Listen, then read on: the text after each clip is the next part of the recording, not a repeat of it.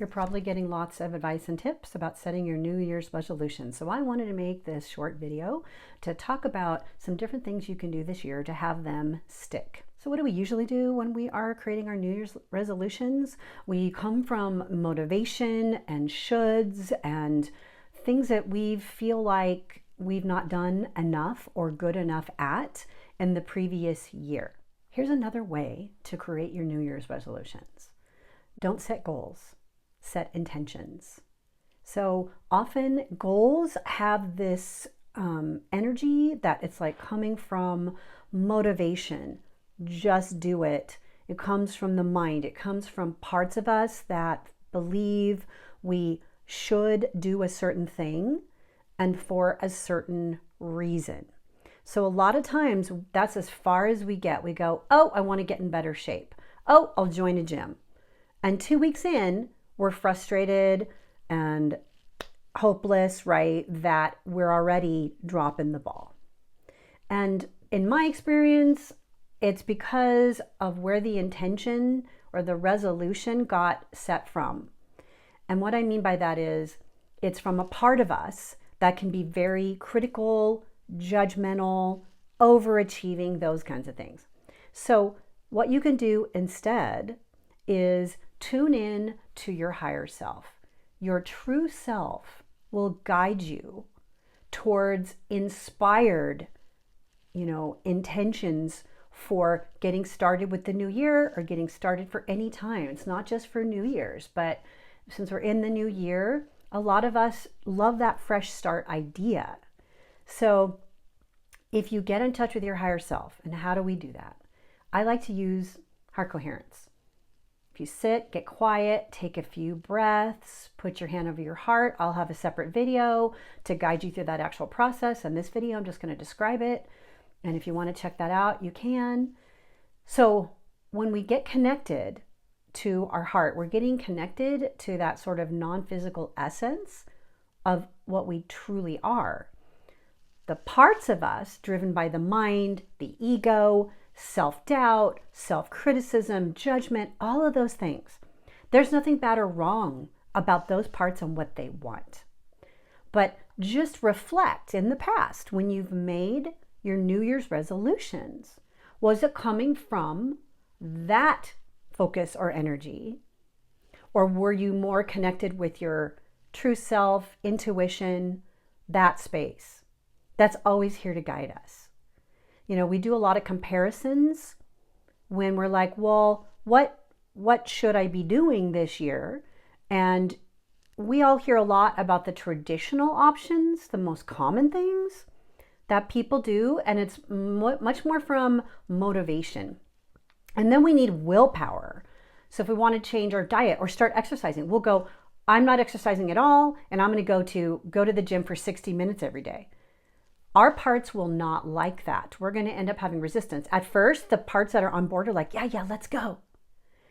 But then why that fizzles? And I was always dumbfounded about why don't my resolutions in the area, in this example, of getting fit, why don't they work? Because a part of me, I get really sore and it takes me a couple days to recover. Let's see, I hear from that part of me that's like, get in shape already, right?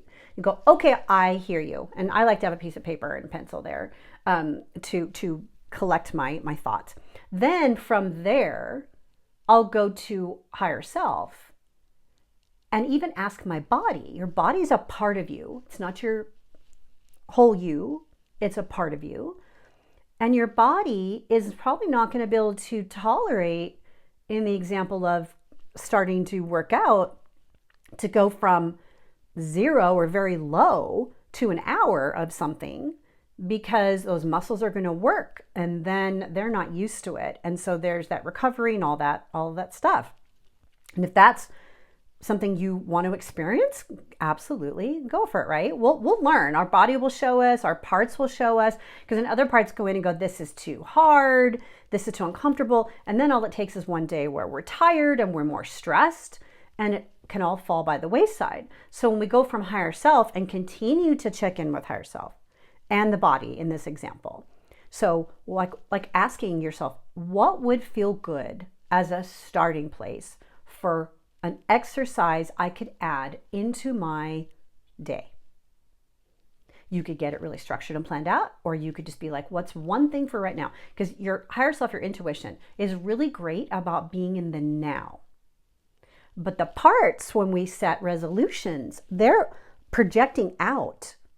My life, I'll feel confident in whatever, 3 months, 6 months, when my body's more fit, when I'm in better shape.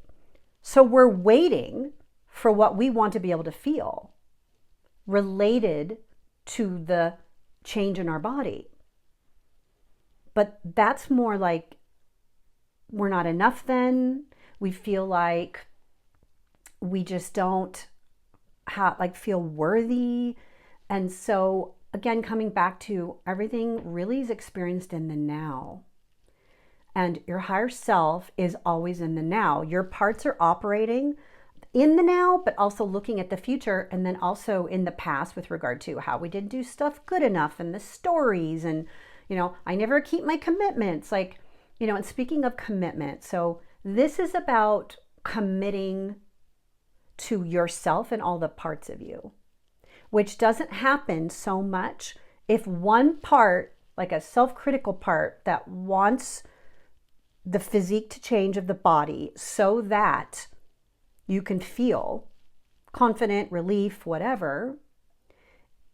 It's not so much in the now of honoring the commitment to take care of ourselves day to day, and not with the primary objective and focus that I just want to get my body to be in better shape, and it's not connected to taking care of myself or more health and well-being. So I hope that this makes sense and gets you kind of started in thinking about how you could have a different, potentially more successful experience, in 2025 as you create your New Year's resolutions.